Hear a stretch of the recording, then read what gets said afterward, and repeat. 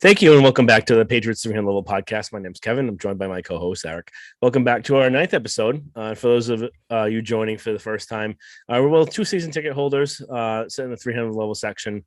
We enjoyed talking about the Patriots, breaking down each game and transaction. As a reminder, you can follow us on Twitter and Instagram at Pats 300 Level Pod for up-to-date minutes, updates and commentary on news of the day. So I think first thing we'd like to go over would basically be that Chargers game from the weekend. I know you were there at the game, Eric. What was kind of the environment there? I know we saw a lot that and heard basically on the TV. The crowd difference between Patriots and Chargers fans, it seemed like it heavily favored the Patriots and more was kind of like a home game for them. What was your kind of take on the environment there, and what was it like being in the crowd there? Yeah, so I was actually excited because this was my first away Patriots game that I was going to. And we've heard over the years, even back when the Chargers were in San Diego, that whenever the Patriots played there, it was usually, they said at least it was a home game. I always wondered, is that really blown out of proportion or whatnot? But before the game, I saw that ESPN was saying it was going to be about 63% Patriots fans. And it really seemed like it was that. Tailgating, I'd say there was less. It was probably about 60-40 Chargers fans, but that's also because a lot of Patriot fans don't live in the area. They traveled. So they weren't really going to be tailgating. There's only like 2 lots for tailgating there too. So I was still surprised that even before that there was like 40% Patriots fans. But when you actually got into the stadium, sat down and everything, it really was about 63-65% Patriots fans. I'd say it actually got a little loud for when the Patriots offense was on third down, which it kind of made me think, I don't think that many Chargers fans are here. Maybe they're pumping in a little crowd noise. But overall, it really was a lot of Patriots fans. I didn't hear any Chargers chants going on. Granted, I was on the Patriots sideline, or my seats were on the sideline of the Patriots, so that might be why I didn't hear anything, but I heard tons of Patriot chants. Let's go Patriots, beat LA. And then one of the coolest moments I ever actually had in a regular season game was Adrian Phillips' pick 6. I wasn't in my seats at the time. I was at the concourse, just like standing watching. And then once he got the pick 6 and returned it for a touchdown, you saw hundreds of Patriots fans just run into the concourse, just like running around. It was actually really cool. But it definitely did feel like a home game. It didn't feel like a road game at all. So really was a great environment. And it really was cool. Yeah, I think that kind of first point you made, or maybe second, about the piping crowd noise actually has been kind of a topic that's been kind of glossed over this year, where there's been some rumors where the teams had basically a whole year to kind of perfect what crowd noise actually sounded like and kind of piping into the stadiums legally. And there's been a few rumors around the league where teams have actually been doing this this year to try and gain an advantage. And there was a little tidbit where they may have been piping in a little bit more booze during that Brady taking the field than was actually going on. So that's a little funny note, kind of thing to just think about there. But what would you think your biggest takeaways of the game were from this? It was a really good win, I like to say. So what were your takeaways from watching it? I'd say first takeaway is it was a close game. The first, pretty much most of the game up until maybe like 8 minutes left in the fourth quarter. But for the most part, it was a close game and the Patriots were able to pull away a win on the road. Granted, what might have not felt like a road environment, but it was still on the road across the country against a good quality team. This is something that they just haven't been able to do this year. We saw that first game of the year against the Dolphins. They had a close game. They should have gotten the touchdown, but Harris fumbled. They lost the game. And that's something that we saw a lot last year, where they were close and they just couldn't pull it out. And then with the Buccaneers, very close game to the end, had the ball, and then just couldn't finish that last drive. Against the Cowboys as well, a close game. They just couldn't pull it out. This was a game where they could pull out a win on the road against a good quality opponent. So I think that was my big takeaway, that there's, at least for the first time, they got that got to have it moment, got to have it win and hopefully it's something that they can bring forward for the rest of the season, that they can build upon the Jets game. When they blew out the Jets, it was a good quality win all around, but it was against an inferior opponent, a team that most people view as one of the bottom 5 teams in the NFL. This was a team that, granted, they got destroyed by the Ravens, but they're coming off a bye. They have a lot of talent on the team, and it was on the road, and it was just a great win, and it's something that hopefully they can build upon. Yeah, I completely agree. I think the biggest takeaway was, like we had said last week, they beat the Jets really well. Could you do it 2 weeks in a row? Could you do it against a good team? And I think they checked off those boxes. I think the other kind of takeaway from the game too was, no matter how good this win was, we may actually see a few weeks down the road or later into the season that maybe this wasn't as good as a Chargers team as a lot of people are expecting. This was 2 weeks in a row now where teams have been able to kind of shut down Justin Herbert in the same kind of fashion. So it'll be interesting to see if he's able to change around things this year, or if it's more of a kind of a learning curve for him. But I think this is a really big win for them. Helps kind of jettison them if they keep going in the right direction to go and make a playoff run. They need to just keep stacking up wins after this and just keep going one game at a time and not take any team for granted. So I know we'll get into the Panthers later on, but they are probably not a great team, but you just don't want to take them for granted, because every win right now is not, it can't be taken for granted. Yep. And then I just want to build off one thing, one thing you said about the Chargers, which I agree. They are a very talented team. I think they can be a good team, but it seemed after the game that there might be some dysfunction that we weren't expecting. After the game, Justin Herbert was saying that the Patriots did a lot of zone against them, and they were expecting man. And right after that, in the press conference, Brandon Staley, the Chargers coach, said they were running zone, which is exactly what we thought they were going to do. So pretty much calling out his quarterback, saying that was quarterback saying wasn't true, and you don't really know who's saying which person's correct. And then Keenan Allen pretty much calling out some of his players, not making plays when they needed to, having some drops. And then Joey Bosa saying that in practice, he practiced a lot playing on the inside, going up against the guard. And then he thought that they were going to be doing that during the game, and they just did. He said that we practiced it. I don't know why we didn't actually do it. I think I could have been more effective there. So pretty much calling out the coaching staff for not doing what they thought could have put them in the best position to win. So that might be something to look at going forward, as well as if there is some dysfunction where they're a talented team, but maybe they just can't put it together. So they might not end up being a playoff team like we thought they would, and the game might not end up being as big of a win as we thought. Yep. Yeah. So that's why it's important, I think, right now, take the win as it is, but don't take any of these upcoming games for granted. Exactly. So I know one of the kind of revolving things that we've talked about this year has been the offensive line. It's become kind of a line heavy kind of show based on offense and defense. So to continue that trend, and how do you think the offensive line looked this week? Have you seen any improvements, and what do you think?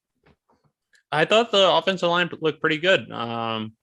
I think they allowed 6 pressures on 24 dropbacks, or 23% pressure on dropbacks, and overall 1 sack allowed, a couple holding penalties on key runs. But other than that, I thought that Mac had some pretty good protection.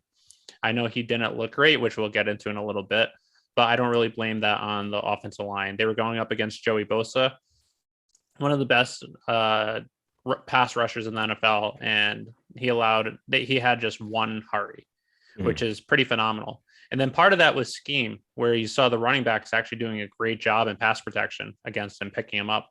There was one play where I believe Brandon Bolden actually pretty much decked him, which allowed Mac Jones to have a pretty clear throw. And then there was another one where Damian Harris picked him up very well, one-on-one.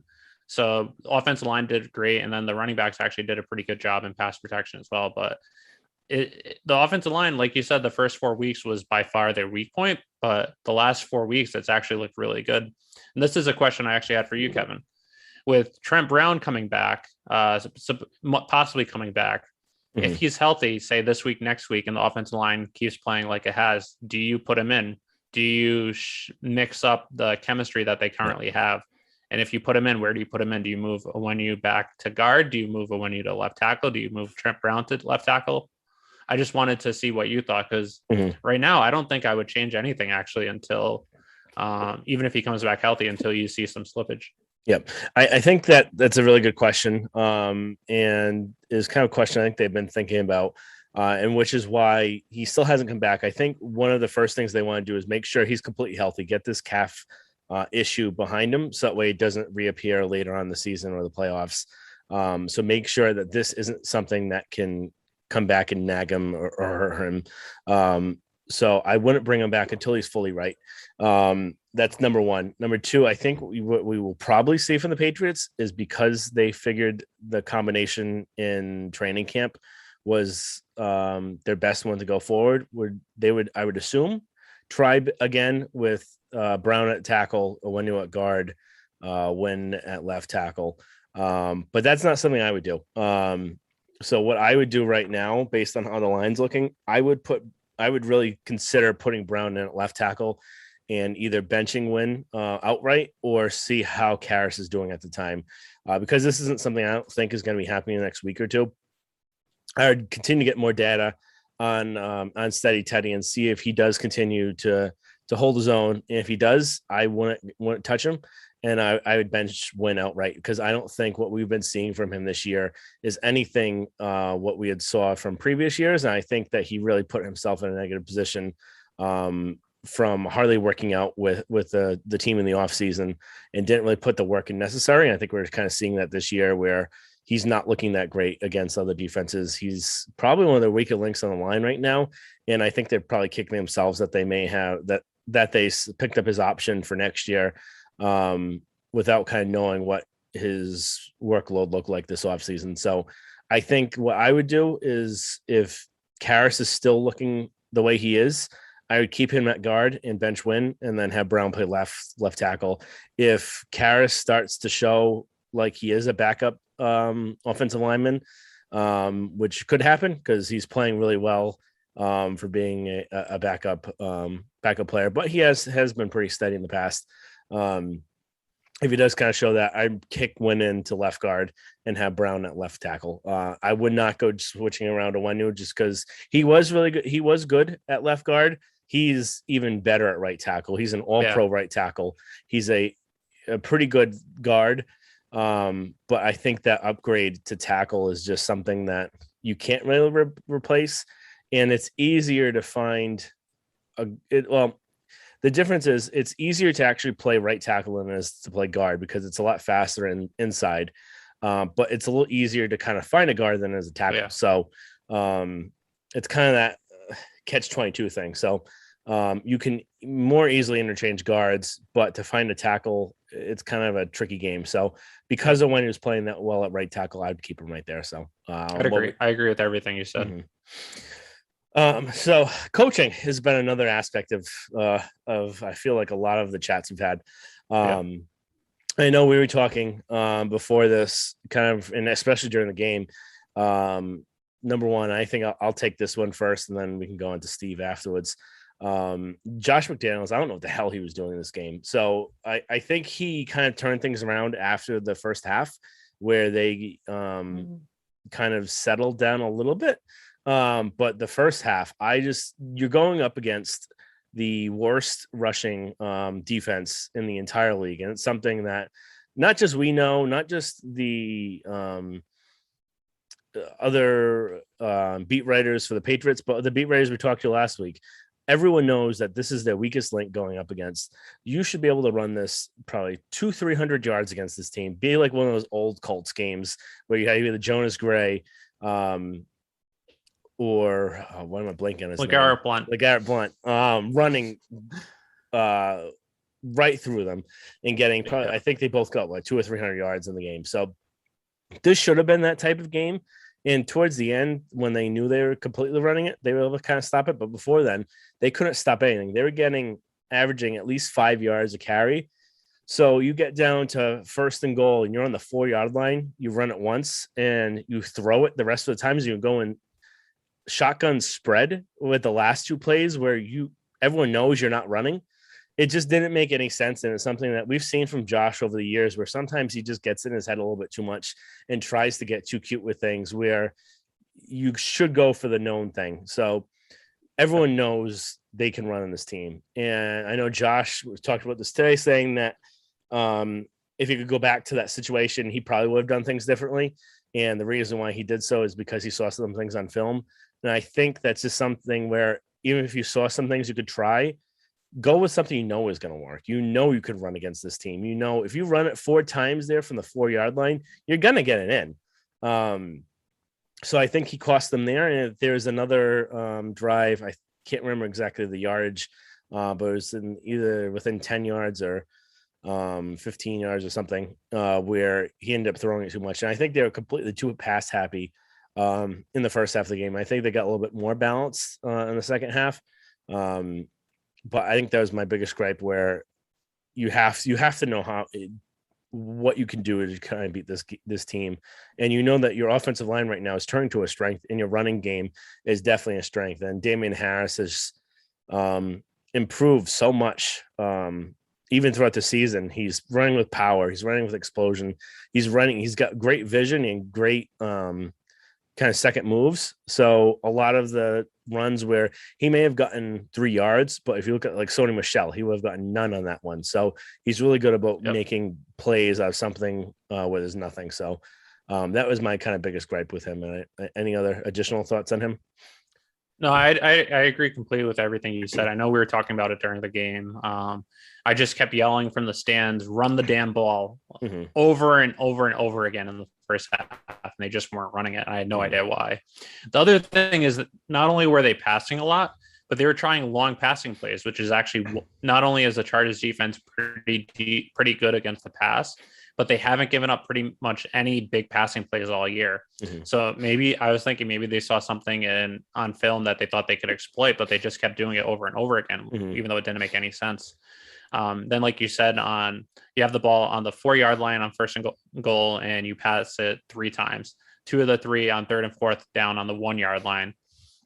And then just another one that just pissed me off so much was beginning of the 4th quarter. They had 3rd and 1, and then they line up in shotgun, and then they do a draw. But I don't understand why they did an A from shotgun, and B, why they used Brandon Bolden when you have Damian Harris, who's running great, Stevenson, who had a pretty decent game. I don't understand the utilization of Brandon Bolden in the running game when Stevenson is pretty much a faster Brandon Bolden, and then Harris is one of the best running backs in the league this year. So just very frustrating. He did better in the second half, but he still had those plays that just made you question, what are you doing? Yeah, exactly. So next coaching, one of my biggest kind of grievances this year, Steve Belichick. What are your thoughts on what this looked like, the defense? I thought that it was an excellent game plan. Outside of 2 plays, or 3 plays actually, the 41-yard pass to Keenan Allen on the first drive, the 5-yard run on first or second goal, where they pretty much wrapped the running back up at the 40-yard line, and they had 3 people wrap him up, and then he just kept getting pushed into the end zone for a touchdown. That was one of the most pathetic plays I've seen by Patriots defense in years. And then the third one being the 75-yard run on the 3rd drive.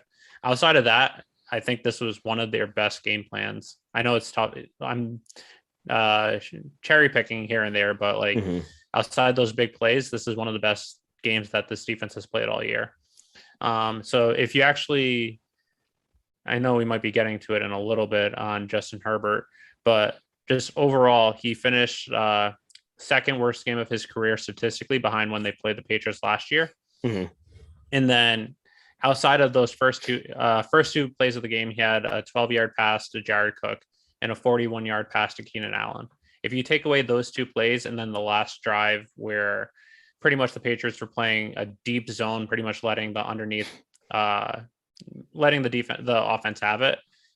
Granted, I'm cherry picking again, but that's the drive where they were pretty much allowing you to catch the ball in bounds. Justin Herbert, who's both of us to think is one of the best young quarterbacks in the NFL, 10 of 24, 103 yards, one TD, two interceptions. And I think even though this overall stats for the game don't show it, I think he actually might have been worse this game than he was last year. I thought they played an excellent scheme against him. They had him pretty much seeing ghost again, just completely errant throws all game long. They were getting in his head. Granted, I don't know if this was Steve Belichick's game plan. I don't know if this is Bill, since Bill knows the season is on the line. I'm taking over. So it's tough to really say who you give credit to, but overall, I thought the defense was excellent. Yeah. This is one thing I wanted to ask you about going to game, but I forgot, just to kind of monitor Belichick. Because that was something I was trying to do last game, and they kind of showed things on the sideline where it does look like Bill is kind of taking more of a role. He doesn't look like he's actively calling the plays, but he looks like he's heavily more involved. He's during offense possessions, he's always now, which he used to always kind of go through the kind of screenshots, but it looks like he's more heavily involved with that. Doesn't seem like he's paying attention as much on offense and kind of just leaving it up to Josh. And he's looks like he's being more communicative on the sidelines during defense. So it may not be him calling the exact plays, or he may be kind of splitting more of the role with Steve. But it seems like he's more involved. And I think that's maybe why we kind of seen a little bit of improvement after that Cowboys game. It's just something I think we just need to kind of continue just to look at and see. It's kind of tough from like the TV camera and that sort of stuff. But yeah, it's actually something that I actually looked at a little bit because I was curious myself. So I looked after the first two scoring drives for the Chargers, the second one especially, where they allowed the 75-yard run. I wanted to see, what is Bill doing? Is Bill yelling at the defense? What is he doing? So right after they allowed the touchdown, you saw him in a huddle with Mayo and Steve Belichick going through each play-by-play on the printout, just going through it in detail, play-by-play. And then once the entire team got there, the three of them were talking to the defense overall. And then when you saw the Patriots, they tweeted out, or on social media, they showed clips from the game, sounds from the game, and you saw him communicating with the defense on numerous times. So I don't know if he's calling the plays, but I think he's involved in the game plan. I just don't know how this differs from other games in the past. Yep. So I think we could kind of just lump Herbert in the defense and Belichick all in one thing. Like you said, I think they had an excellent game plan for him. I don't think it was anything too complicated. They basically had like a 4-5, usually a 4-man rush, and dropped into a cover 2 for most of it. But the biggest thing that they did to confuse him was they took away his first look, and that was mostly kind of guarding the middle of the field and just changing up coverage from pre and post snap, which seemed that really got him off. And that's something that the Ravens did also the previous game. So it just something to look at to see if maybe they found a blueprint to kind of stop Herbert, and it's going to be interesting to see how he reacts to that. Is it something that he may need to just learn more? It may take him a year, because one of the things that he, like you had said earlier in the game, he said that they played zone and we weren't expecting to play zone, or they played cover 2. We weren't expecting to play that. They play a version of that. They played Tampa 2 almost this entire year. So he just may not have a firm grasp of kind of the defensive schemes yet. And that could be something coming from Oregon. But one thing with that, though, is they actually did play a lot less man going into the game. They're one of the highest percentage of man coverage throughout the year, over 50%. And then this game, they were man less than 20% of the time. So I think it's a combination of both. And it's funny, though, just thinking about this, where kind of this zone scheme is something that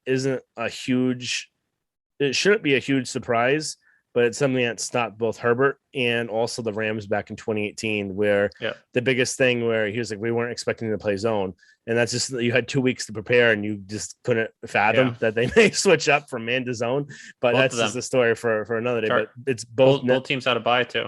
Yep. So it's kind of both situations there, where something as simple as changing from man to zone can completely screw someone up. So I think the defense played really well this game, other than that first drive and that long touchdown run, 70-something yards to Jackson. I think that was JC Jackson's cousin.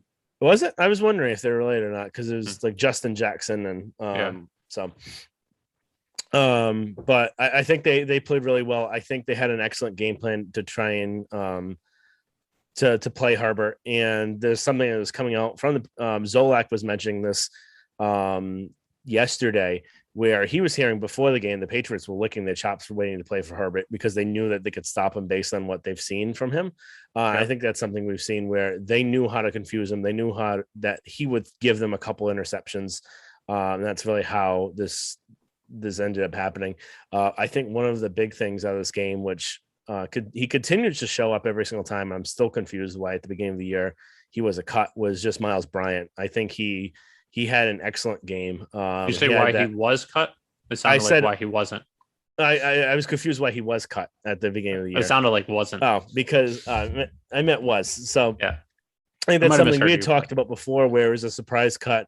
And I had said previously, and I still think this, that a lot of teams are going to be kicking themselves yeah. that they didn't pick him up on waivers when they had the opportunity, because he may not be a full corner, he may not be a full safety. He's kind of that in between hybrid safety corner, but he's a good football player and he's Yeah. really tough. His only issue is that he's kind of short. So if he's used in that kind of small slot safety kind of area, he does really well. And we saw that on that Allen play where he ended up he was in a zone scheme and he ended up going off of the guy that he was on and ended up reading the quarterback the right way and making just a big tackle to knock the ball out of Keenan Allen's hands. So I think that's just something he's got good reaction. He's got just some good natural skills that could be used. So he should be able to kind of take up that Jonathan Jones slot role this year. Any other additional thoughts on the defense? Actually, one thing before going to that would No. just be I'd be remiss if I don't mention this. Christian Barmore and Matthew Judon were an absolute Yeah. beast. That's what I was So gonna I get think they into. get better every single game.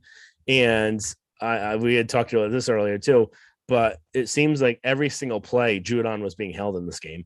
And he's just Yeah. completely unstoppable. One thing that didn't kind of hurt him was that he was going up against the right tackle, and that was probably their worst position on the offensive line.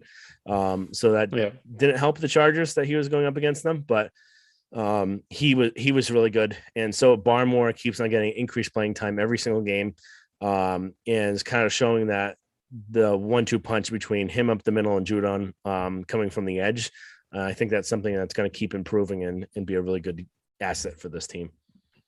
Yeah, exactly. That's what I was going to bring up if you didn't. Is I think I texted you this during either during or after the game, but it seems like throughout this year and even this game that Matthew Judon and Christian Barmore are carrying this defense, which is pretty impressive. That a rookie defensive tackle and edge guy are carrying your defense, but Judon was in on almost every other play in the passing game, even some plays in the run game. He had 10 pressures on 35 dropbacks, which is insane. 1.5 sacks. Christian Barmore, 3 pressures, half a sack. Barmore's second on the team with 20 pressures behind Matthew Judon, who has 39. Mm-hmm. And the thing with that is Christian Barmore, since a lot of times they're playing a 3-4, sometimes 4-3, he's going up against a lot of double teams and even some triple teams, and he's still making impact. And then even on run plays, he's blowing up the line of scrimmage where even if he doesn't get the tackle, he's wreaking havoc. And it's seeming like both him and Mac Jones are, at least so far through halfway through the season, the steals of the draft so far. Mm-hmm. Yeah, I completely agree. Kind of going on to the other side of the game. What do you think of Mac? I know we've done little breakdowns of him every single week. I think we could both say that this is probably his worst game of the year. What were your thoughts on him? Yeah, I'd put it up with either this game or the Saints game, and it's not knocking. It's just he's actually been very good most of the other games, or at least consistent. I don't fully blame him for this game. First half, he was 8 for 22, so worst completion percentage of any half by far. I blame that a lot on Josh McDaniels, the play calling and the scheme going into the game, whereas a lot of deep balls against a good deep ball covering team. When you look at the final result, he was 18 of 35. which is just over 50%. But most of that was from the first half where he was 8 for 22. Second half, he was actually pretty good. He was 10 of 13, 91 yards. So when you needed him in the second half, he was good. This was probably one of his worst games, but like I said, I don't really blame him as much for it. I blame it more on Josh McDaniels' play calling and the scheme that they had going into it. Yep. Yeah, I think we kind of saw a tale of kind of two halves. And this is probably the first game really where you actually saw him being sped up a lot. Yeah. And this is actually kind of affecting his throws and this isn't a bad thing. It happens for every quarterback, especially pocket quarterbacks. And it happened to Brady when he was here. It's going to happen to Mac again. It's just something where he seemed more sped up than usual. And it's funny because he wasn't getting pressured that much, but I think it was just kind of a worry of the pressure that's coming. And the Chargers have a pretty fast defense overall. So I think that was part of the reason. I think, like you had mentioned too, I think he wasn't set up really for success in the beginning of the game, where they have him out throwing shotgun and spraying them out, where this isn't the type of team you want to really be doing that against. You want to be going heavy, you want to be running it up them, play action. And I think that's something they kind of went to more in the second half, and that kind of calmed him down a little bit. So I think it wasn't totally all his fault for this, and it's going to happen from time to time. And we have to also remember he's a rookie quarterback. He's not going to be perfect every single game, and no quarterback's going to be perfect every single game. So you're going to need the running game. You're going to need the special teams. You're going to need defense to carry your team at some point. That's what happened here. So it was a really good team win that way. I think, like you had said, just the play calling did not put him in a great position for this game in the beginning. But when he had to have those have it throws in the second half, especially that last drive, with I think it was like a 6-minute drive, he had those key second down throws to Harry and to I think Myers, and then so those are really kind of pivotal. 4 for 4 on the last drive. Mm-hmm. So I think that really worked well, and they were also playing off the play action, which is probably one of his best aspects of his game. It's play action and the 2-minute drill. So we can go on now on to our 3 up, 3 down. If you want to just give your 3 up first and just explain them, and then I'll go through mine. Yep. So I guess mine aren't too surprising. Number 1, I have to go with Matthew Judon. Number 2, Christian Barmore. Number 3, special teams as a whole.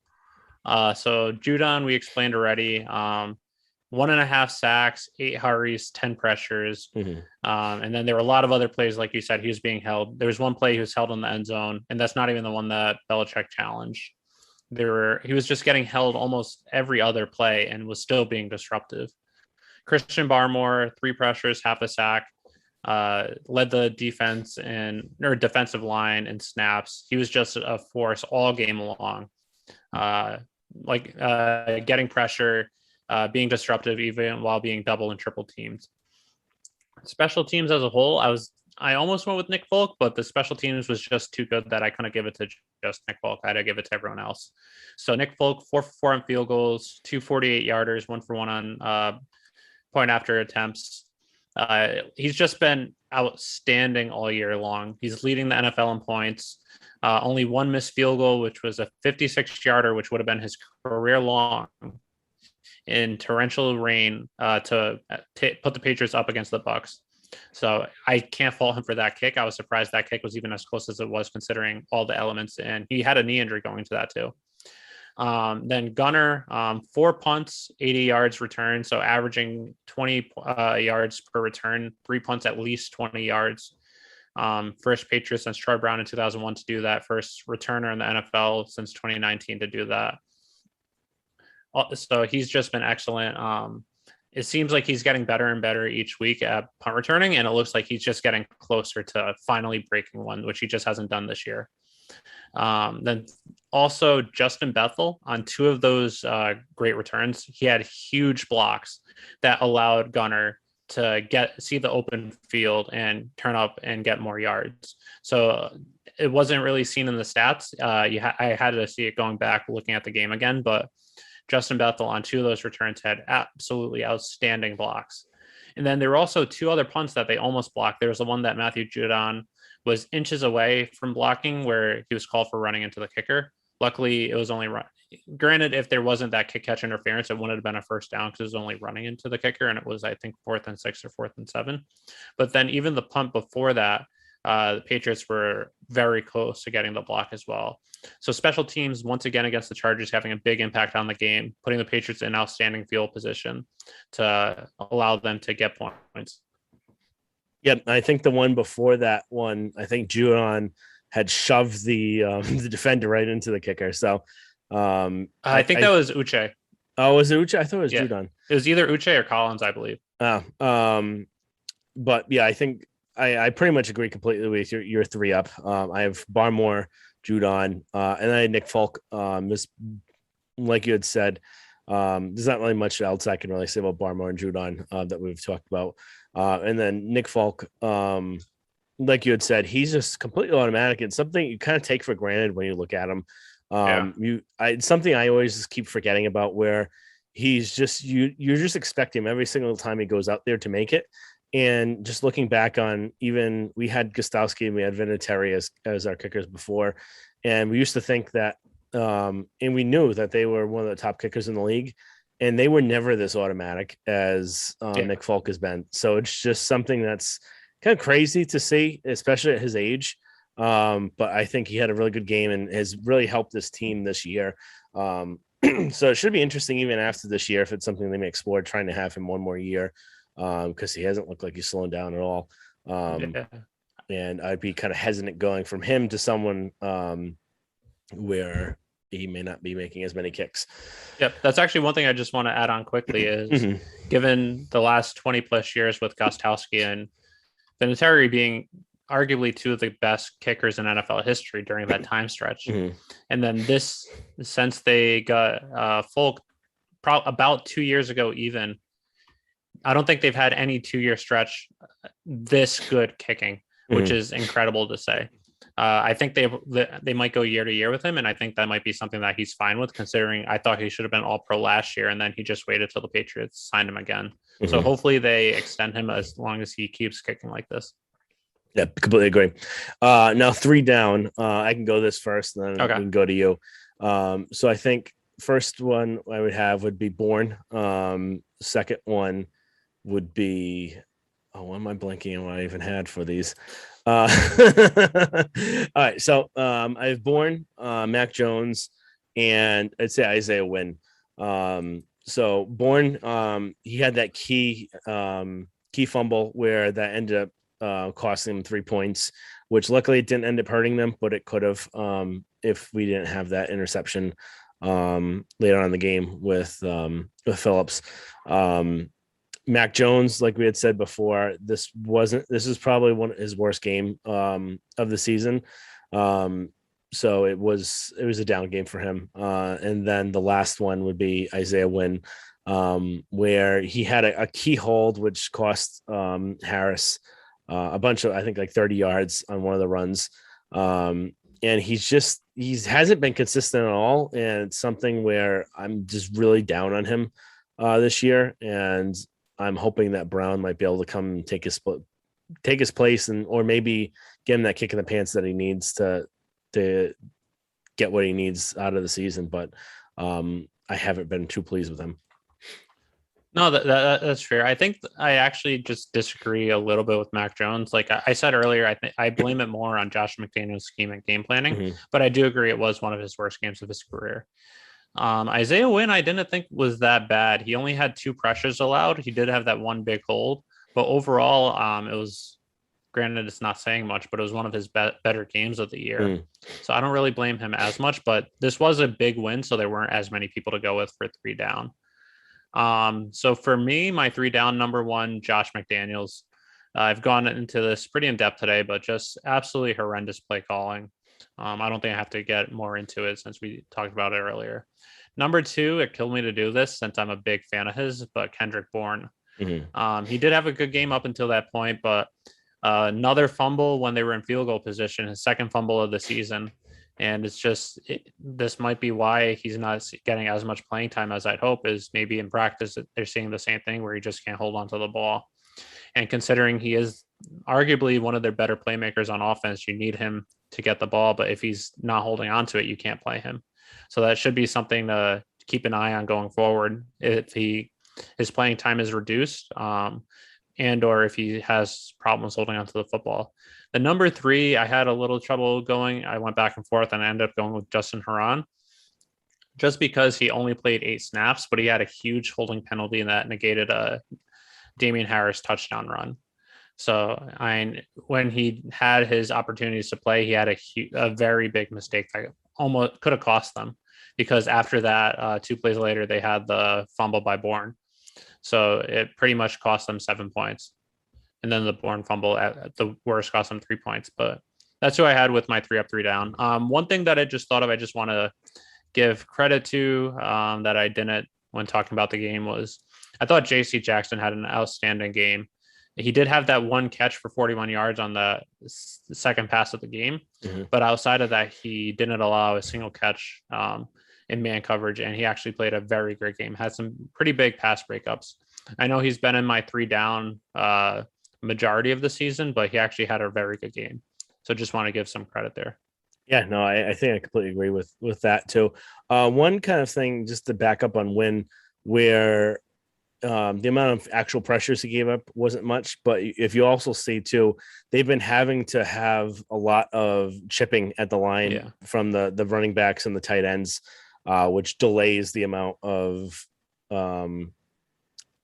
separation they can get afterwards, and makes Mac required to be able to hold the ball a little bit longer, waiting for them to get open.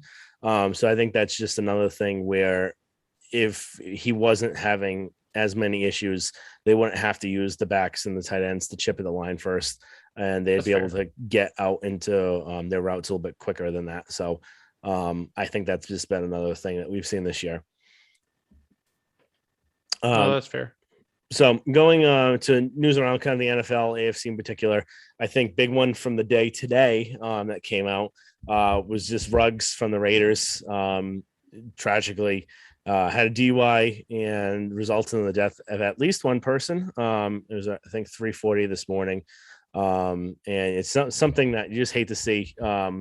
It's something that shouldn't be happening. 23-year-old female.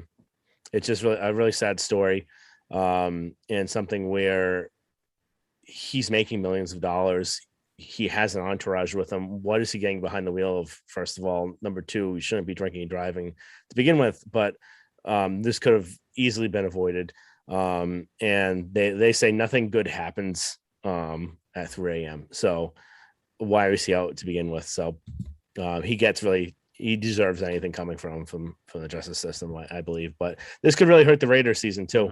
They've already lost John Gruden this year. Ruggs was one of their first round picks from a year ago. They could be fighting for one of the last wild card spots. So this could be a key loss for them. Yeah.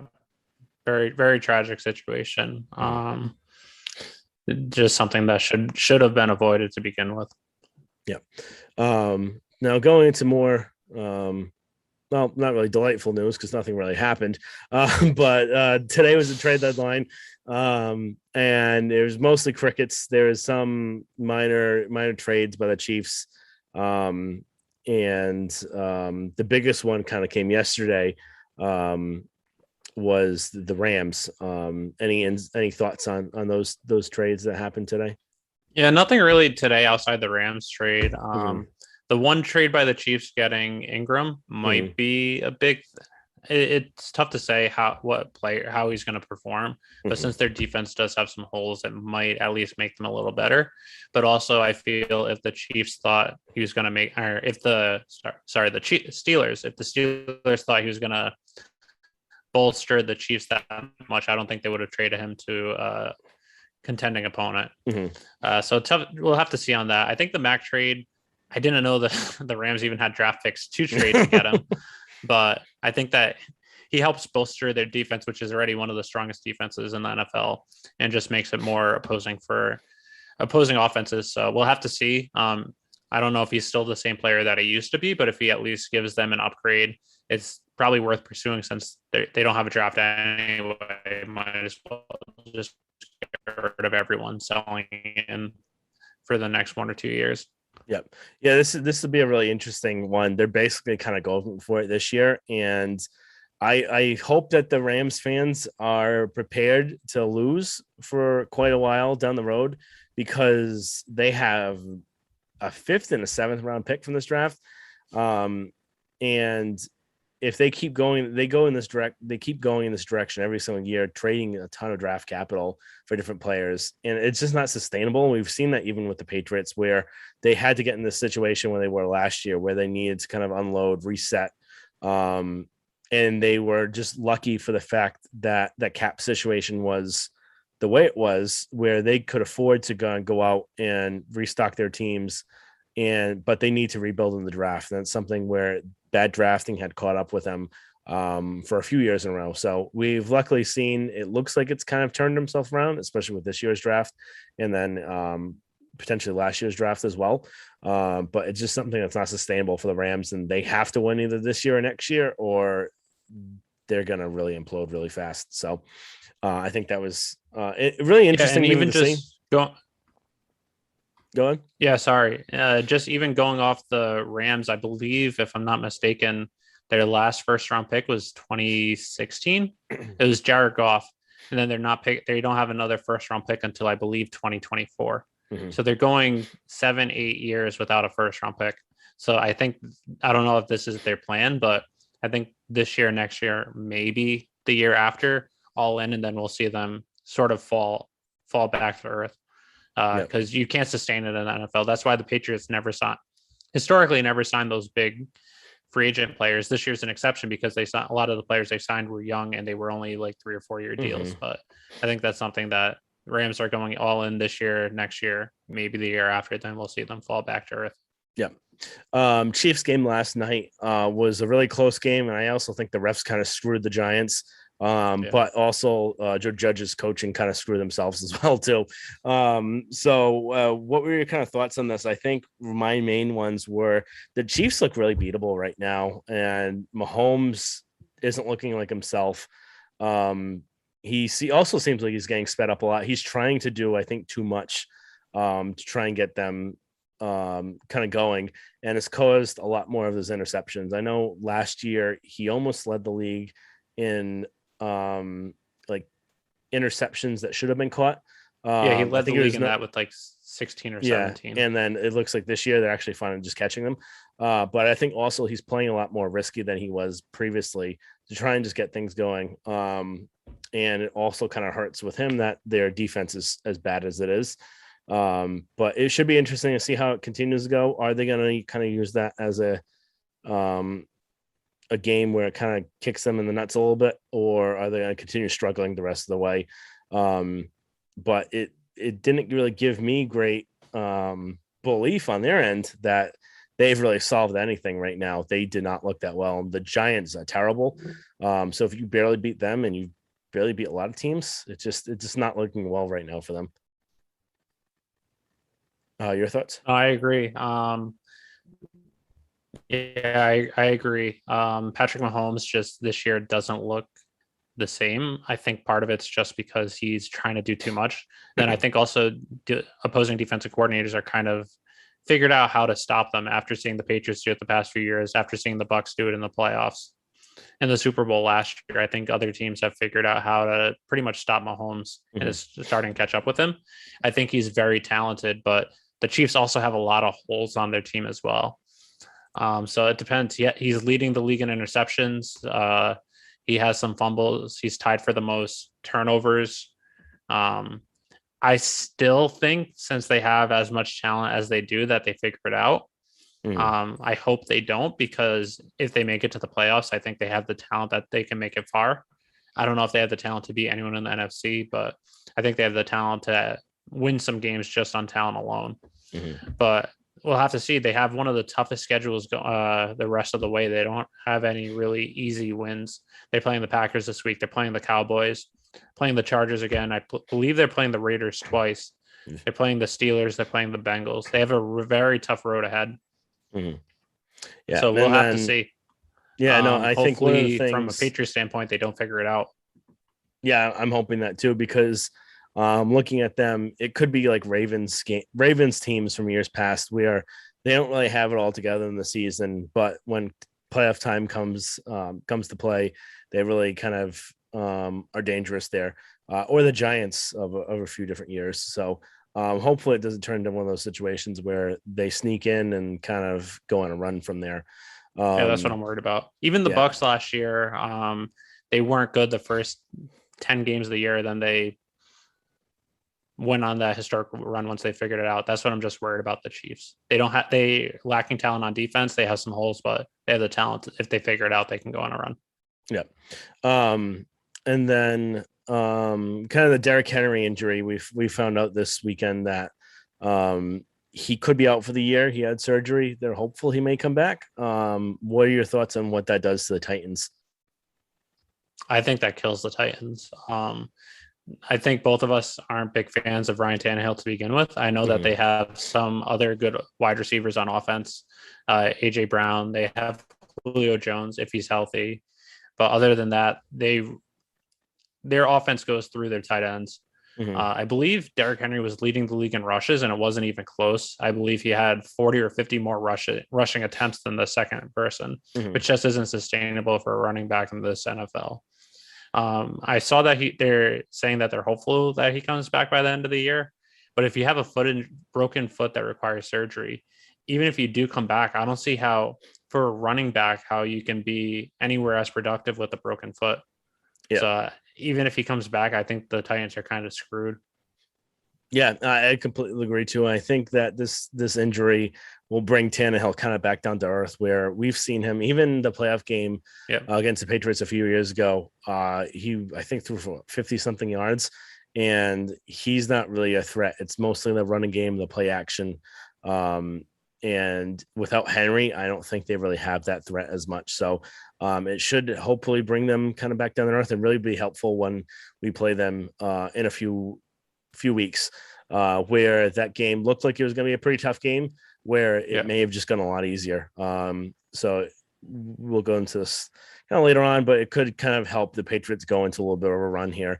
And just the kind of last thing from this week, the Bengals losing to the Jets. Um, I think kind of there was a really bad play call by the refs in this game as well. I think we've kind of seen it a few times this weekend where the refs kind of impacted the game in a bad situation. But the Bengals should have been in this position to begin with anyway. They should have blown out the Jets based on what we've seen so far. What do you think of how the Jets kind of went in there? I think it was named Mike White or whatever the quarterback's name is, throwing for 400 Yeah. something yards. Yeah. What do you think about what this ramification was from this game? And I think it's going to be huge because Bengals were the number one seed in the NFL or in the Mhm. AFC going into that game, and they lost, which kind of might show other teams how you can beat them going forward. I know White had an amazing game, but he actually played pretty decent against the Patriots, which was one of my things that I was down. One of the only few gripes I had from the Patriots Jets game Mhm. is how they allowed White to play so well. Maybe he's more talented than we thought, but I think I don't know. I think the Bengals they've had some close games before. They played Packers close. I believe they played the Lions close too, if I'm not Mhm. mistaken. They've had some good wins, but they also had some very bad wins as well. So I don't think they're. I think they're still 1 or 2 years away from being that next team in the AFC. I think that's the same with the Chargers as well. But they do have the talent. But I think this kind of brought them back to life a little bit. Yeah, no, I completely agree. I think it should be interesting just from the Jets' perspective, what they do with White the rest of the year. Will they Yeah. keep him starting? If I were them, I wouldn't have Zach Wilson touch the ball any more games. You want to have him sit the rest of the year, make sure he's right mentally, make sure he's learning a little bit more because he's definitely needs a kind of that year to kind of learn the NFL. I think kind of sitting watching would be really helpful for him. And White just kind of brings a little more stability to the offense. It looks it's not as kind of quirky or anything like that. So that should be really interesting just to see for the rest of the year. But pretty good game, pretty good weekend overall for the NFL. Pretty good, interesting games. One last thing, kind of funny note before we sign off. Jimmy Garoppolo, I'm not sure if you saw this because you're at the game, but he ended up diving into the end zone for a touchdown. I was betting that he was going to get out of there with either missing an arm or being concussed out for a few weeks. I was actually shocked he walked away from that. So just one little funny note before we get off. I didn't see that, but I wouldn't have been surprised if they had to call the ambulance for him. Yeah. But anyway, this kind of wraps up our episode today. Thank you everyone for joining us. Again, you can follow us on Twitter and Instagram at Pat's 300 Level Pod. And just be sure to subscribe, rate, and review on either Apple, Spotify, or wherever you consume our podcast or YouTube. Thank you very much. And join us next time. Thanks.